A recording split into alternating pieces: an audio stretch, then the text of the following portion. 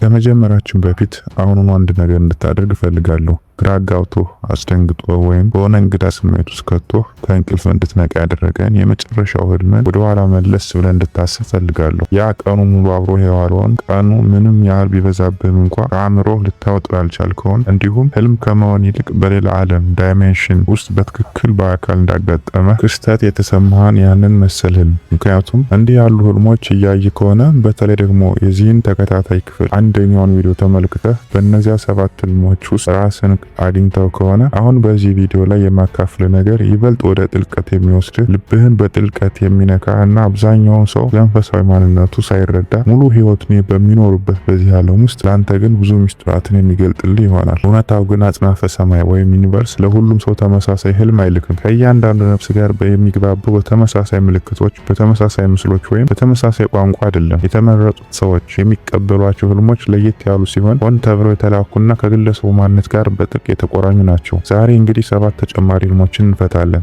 በአንደኛው ክፍል ከተወያየንባቸው ሙሉ በሙሉ የተለዩ የሆኑ አብዛኛው ሰው እንደ እንግዳ ወይም ትርጉም የለሽ አድርጎ የናቃቸውን ነገር ግን አንድ የሰው ልጅ ነፍስ ሊቀበላቸው የሚችላቸውን እጅግ በጣም ኃይለኛ የሆኑ መንፈሳዊ መልእክቶችን ያዘሉ 7 ህልሞችን እንመለከታለን። የመጀመሪያው ክፍል ወይም ፓርት 1 እስካሁን ካላየኸው ከዚህ ቪዲዮ በኋላ ተመልሰህ እንድታጥቄ እመክራለሁ። ሊንኩን ከቪዲዮ ማብራሪያ ወይም ዲስክሪፕሽን ስር ታገኘዋለህ። ነገር ግን ዝግጁ ከሆንክ በቀጥታ ወደ ጉዳዩ እንግባ።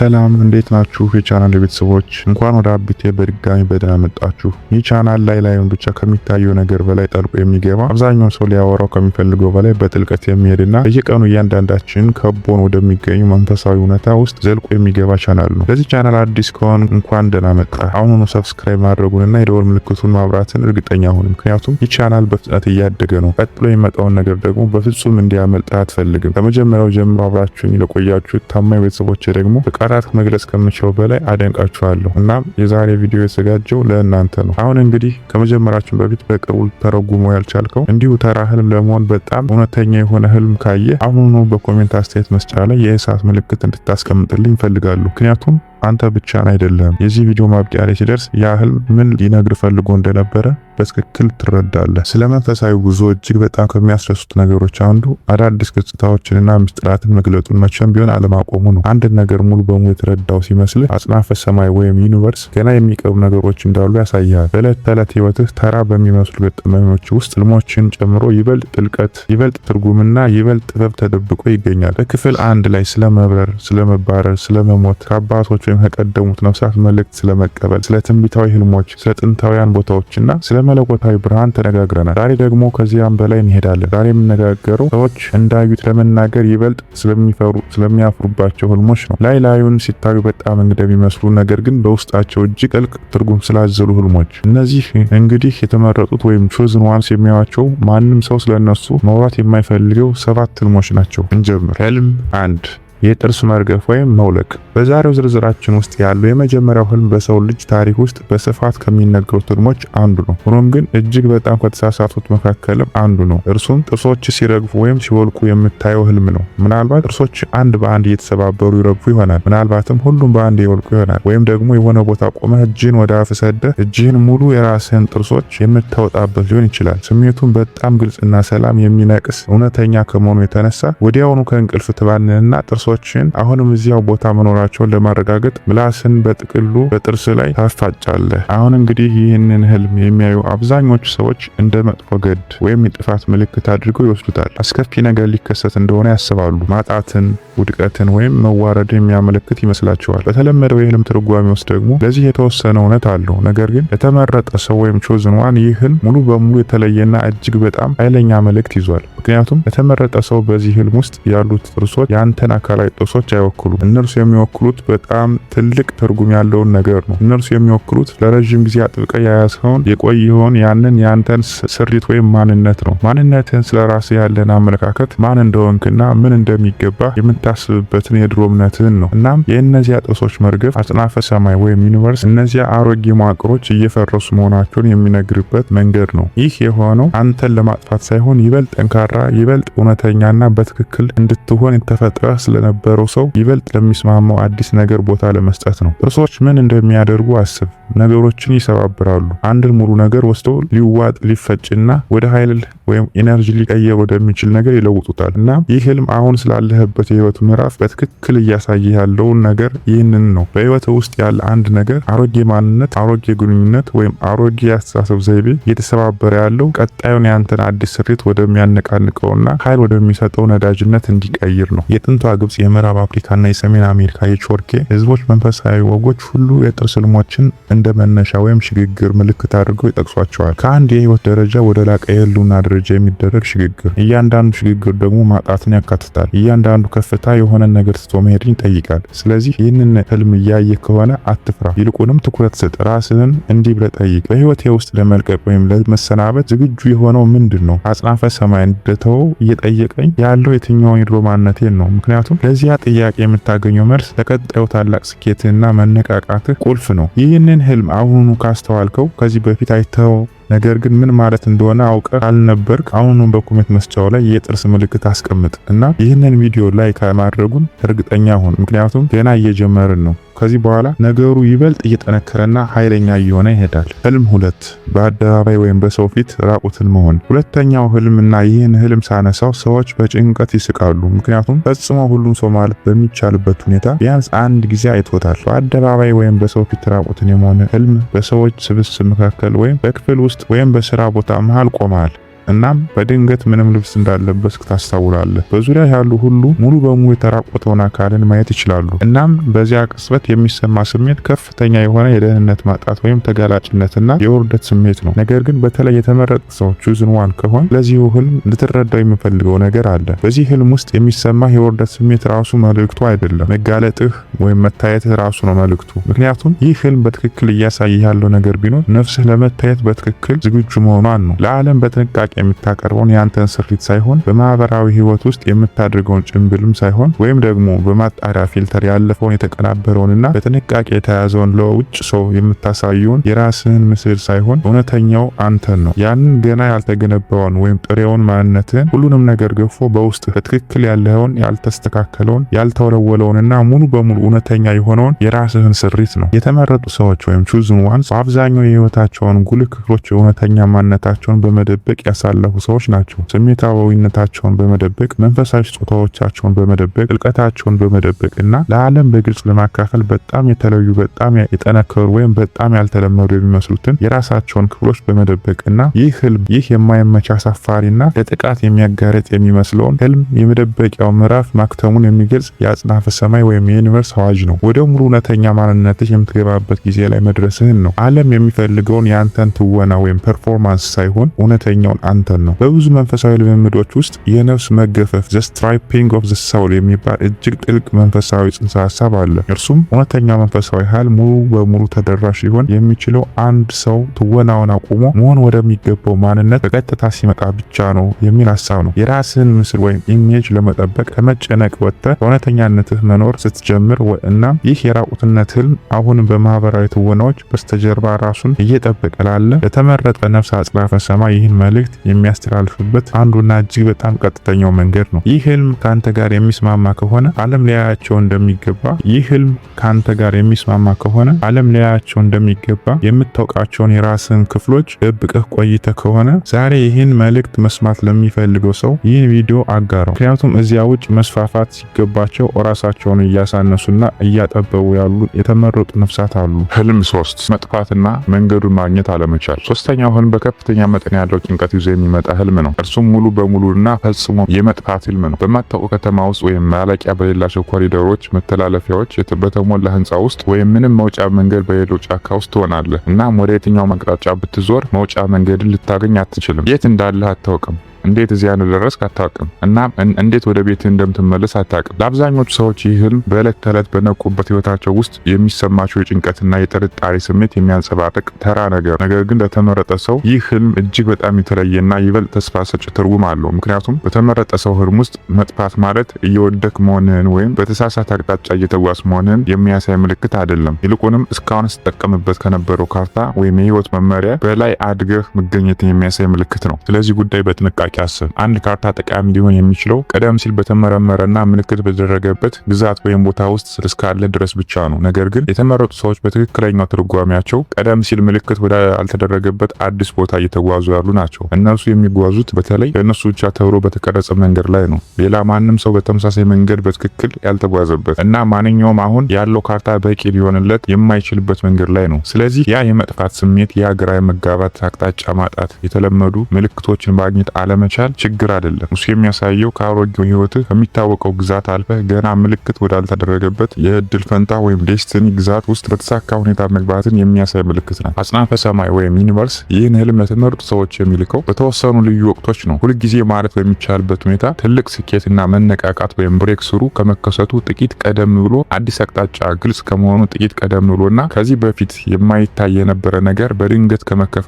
ጥቂት ቀደም ብሎ ነው። ይህ የመጥፋት ስሜት የሽግግር ቀጠና ስሜት ነው። በማንነት በነበርከውና እየሆንክ ባለው አዲስ ማንነት መካከል ያለው ክፍት ቦታ እና ምቾት የማይሰጥ የሆነበት ምክንያት በትክክለኛ እውነተኛ ስለሆነ ነው። በትክክል አዲስ የሆነ ነገር እየተወለደ ስለሆነ ነው። ወደ ህልም አራት ከመሄዳችን በፊት እስካሁን ሰብስክራይብ ካላደረግ አሁኑ ሰብስክራይብ እንድታደርግ እፈልጋለሁ። ምክንያቱም በዚህ ቻናል ላይ የሚቀርጸው እያንዳንዱ ቪዲዮ አጽናፈ ሰማይ በቀጥታ ወደ ህይወትህ ለመናገር እየተጠቀመበት ያለውን መንፈሳዊ ቋንቋ እንድትረዳ ለማገዝ የተዘጋጀ ነው። ህልም አራት በእንስሳት መጠቃት። ይህ ህልም በሰዎች ውስጥ በጣም ጥንታዊና ተፈጥሯዊ የሆነ ፍርሃትን ይቀሰቅሳል። አንበሳ ሲያሳድድህ ወይም እባብ ሰውነት ላይ ሲጠመጠምብህ ወይም የዱር ውሾች መንጋ ከበውህ አሊያም ማንኛውም ሌላ እንስሳ በጥቃትና በክፉ ሀሳብ ወደ አንተ ሲመጣ ይህ ህልም ሰዎች ልባቸው እየመታና አእምሯቸው እየተናወጠ ከእንቅልፋቸው እንዲባንኑ ያደርጋል። ነገር ግን ለተመረጠ ሰው በዚህ ህልም ውስጥ ያለው እንስሳ ጠላት አይደለም፣ እርሱ መልእክተኛ ነው። ጥቃቱም ቢሆን ዛቻ ወይም አደጋ አይደለም፣ እርሱ ሽግግር ነው። ምክንያቱም በምድር ላይ ባሉ በሁሉም ማለት ይቻላል የሀገሬው ተወላጆች መንፈሳዊ ወጎች ውስጥ ከሳይቤሪያና በአሜሪካ የሻማኒክ ወጎች ጀምሮ ከሰሃራ በታች ባሉ የአፍሪካ አባቶች ወጎች እስከ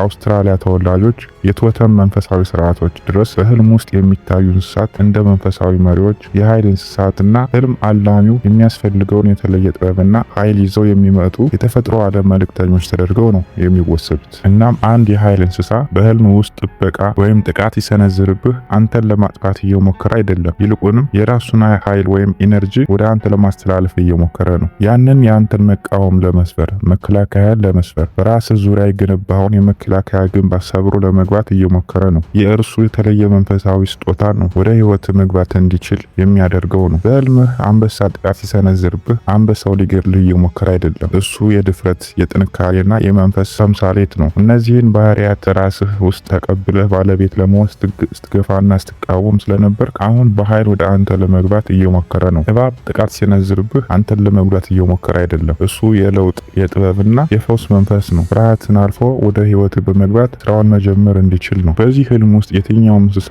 እንደሚገለጥልህ በጣም ትልቅ ትኩረት ስጥ። ምክንያቱም የተለየው እንስሳ ዝም ብሎ በአጋጣሚ መጣ አይደለም፣ እሱ ሆን ተብሎ የተመረጠ ነው። እናም እርሱ ባህሪያት አጽናፈ ሰማይ ወይም ዩኒቨርስ በዚህ ልዩ የመንፈሳዊ ጉዞ በውስጥ ለማንቃት እየሞከረ ያለው ባህሪ ነው። ይህንን ህልም አይተህ ከሆነና አሁንም ነገሩ ሙሉ በሙሉ አዲስ እንደሆነ እያየው ከሆነ በህልም ውስጥ የታየውን እንስሳ ከታች ባለው የኮሜንት መስጫ ላይ አስቀምጥልኝ። አጽናፈ ሰማይ ወደ አንተ ለመላክ እየሞከረ ያለውን የኃይል እንስሳ የትኛው እንደሆነ ማየት ፈልጋለሁ። ህልም 5 ፍጹም እንግዳ ሆኖ ነገር ግን በነፍስ በጣም የሚታወቅን ሰው መገናኘት። አምስተኛው ህልምና ይህ በጠቅላላው በዚህ ዝርዝር ውስጥ ካሉት እጅግ በጣም ሚስጥራዊና በስሜት ላይ ከፍተኛ ተጽዕኖ ከሚያሳድሩ ህልሞች አንዱ ነው። ፍጹም እንግዳ የሆነን ሰው የምታገኝበት ህልም ነው። በነቃበት እውነተኛ ህይወት ውስጥ ከዚህ በፊት አይተው የማታውቀውን ሰው ሆኖም ግን በህልሙ ውስጥ ባጋጠመህ ቅጽበት ልክ ይህንን ሰው ለ1000 ዓመታት ያህል ስታውቀው እንደኖር ሁሉ በአጽናፈ ሰማይ ውስጥ ለአንተ እጅግ በጣም አስፈላጊ ሰው እንደሆነ ሁሉ እጅግ በጣም ከፍተኛ የሆነ የመቀራረብ የመታወቅና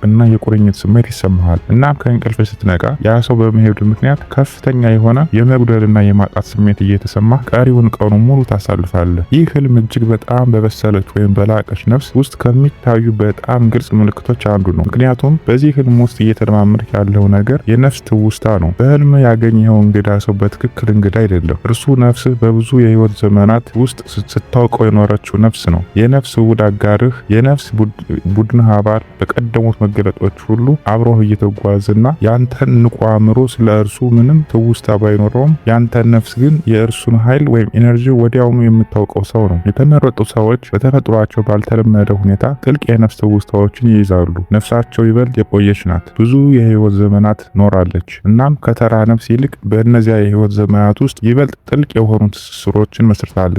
እናም አልፎ አልፎ በከባድ የእንቅልፍ ጸጥታ ውስጥ እነዚያ ትውስታዎች የሚታወቁ እንግዳ ሰዎች አማካኝነት በእንደዚህ አይነት ግልጽ እና ስሜትን በሚያናውጡ ግንኙነቶች መልክ ወደ ላይ ይወጣሉ። ነገር ግን ለዚህ ህልም እኩል አስፈላጊ የሆነ ሌላ ገጽታም አለ። ምክንያቱም አንዳንድ ጊዜ በዚህ ህልም ውስጥ የምታገኘው እንግዳ ሰው ካለፈው ህይወት የመጣ ሰው ላይሆን ይችላል። አንዳንድ ጊዜ እነርሱ ያንተውን የወደፊት ስሪት ወይም ማንነት ናቸው። አንዳንድ ጊዜ አጽናፈ ሰማይ ወይም ዩኒቨርስ እየሆንክበት ያለውን ያንን ሰው እያሳየ ነው። ይበልጥ ጥበበኛ፣ ይበልጥ ኃይለኛ፣ ይበልጥ ሰላማዊ፣ ከዓላማህ ጋር ይበልጥ ሙሉ በሙሉ የተሰናሰነውን ማንነትን እናም የሚሰማህን ያ የምታውቅ ስሜት ነፍስህ የራሷን የወደፊት ማንነት አውቃ በደስታ ምላሽ እየሰጠች መሆኑን ነው። ይህንን ህልም አይተህ ከሆነ በነቃህበት ህይወት ውስጥ ካወቅከው ወይም ከማንኛውም ሰው በላይ ይበልጥ እውነተኛና ይበልጥ የሚታውቁ ነው የተሰማህን ሰው በህልምህ አግኝተህ ከሆነ ከታች ባለው የኮመንት መስጫ ላይ አይነው ደም ወይም አውቃቸዋለሁ ብለህ ጻፍ። ምክንያቱም ይህ የሰው ልጅ ነፍስ ሊያገኘው ከሚችለው እጅግ በጣም የተቀደሱ የህልም ተሞክሮች አንዱ ነው። ህልም 6 የተፈጥሮ አደጋዎች። ስድስተኛው ህልምና ይህ ህልም ልክ እንደሚሰማው ሁሉ እጅግ አስገራሚና አቅምን የሚያሳጣ ነው። የተፈጥሮ አደጋዎች ማየት በከተሞች ላይ የሚነሱ ግዙፍ የጎርፍ ማዕቶች፣ ከእግር በታች መሬትን የሚሰነጥቁ የመሬት መንቀጥቀጦች፣ ሰማዩን በእሳትና በአመድ የሚሸፍኑ እሳተ ገሞራዎች፣ የምታውቀውን ነገር ሁሉ የሚያወድሙ አውሎ ነፋሶች። እነዚህ ህልሞች በጣም ግዙፍ ልክ እንደ ሲኔማ እይታ የሚታዩና ዓለም ሊጠፋ እንደሆነ የሚያሳዩ ወይም አፖካሊፕቲክ ናቸው። እናም ሰዎች የሆነ አስከፊ አደጋ ሊከሰት እንደሆነ ሙሉ በሙሉ አምነው ከእንቅልፋቸው እንዲባንኑ ያደርጋል። ነገር ግን የተመረጡ ሰዎች ስለ ተፈጥሮ አደጋ ህልሞች ያለው መንፈሳዊ እውነት ይህ ነው እና ይህ እውነት አንተ ያልጠብቀው ከምትችለው ነገር ሙሉ በሙሉ የተለየ ነው። እነዚህን ህልሞች የጥፋት ትንቢቶች አይደሉም። እነርሱ አንተን ተሸክመው ካለው ነገር ከግዝፈት ጋር በሚመጣጠን ደረጃ የሚከሰትን ታላቅ ሽግግር ወይም ትራንስፎርሜሽን የሚያበስሩ አዋጆች ናቸው። ምክንያቱም አጽናፈ ሰማይ ትልቅ እድል ወይም ፈንታ ላላቸው ነፍሳት ትንሽ ምልክቶችን አይልክም። በህይወት ውስጥ የሚመጣው ለውጥ በጣም ጉልህ ሲሆን ሊመጣ ያለው ሽግግር ጥልቅ፣ ሰፊና ዘላቂ በሚሆንበት ጊዜ አጽናፈ ሰማይ ሊመጣ ያለውን ነገር በታላቅነት ለመግለጽ የሚቻለውን ትልቁን ምስል ይጠቀማል። በህልም ውስጥ የጎርፍ መጥለቅለቅ ማለት በህይወትህ በውሃ ሊጠፋ ነው ማለት አይደለም። ጎርፍ በምድር ላይ ባሉ በሁሉም ማለት ይቻላል መንፈሳዊ ወጎች ውስጥ የሚገኝ እጅግ በጣም ኃይለኛው የማንቂያ ምልክት ነው። እርሱም ለአንተ ላቅ ያለ ዓላማ ከአሁን በኋላ የማይጠቅሙን ነገሮች በሙሉ ጠርጎ ማስወገድን፣ የድሮውን ኃይል ወይም ኢነርጂ፣ የድሮዎቹን ልማዶችና የድሮዎቹን ገደቦች ማጥቃትን ይወክላል። ይህም በቀረው ንጹህ ቦታ ላይ አዲስ ህይወት እንዲበቅል ነው። የኖህ የጥፋት ውሃ ቅጣት አልነበረም፣ እርሱ እንደገና ማስጀመር ነበረ።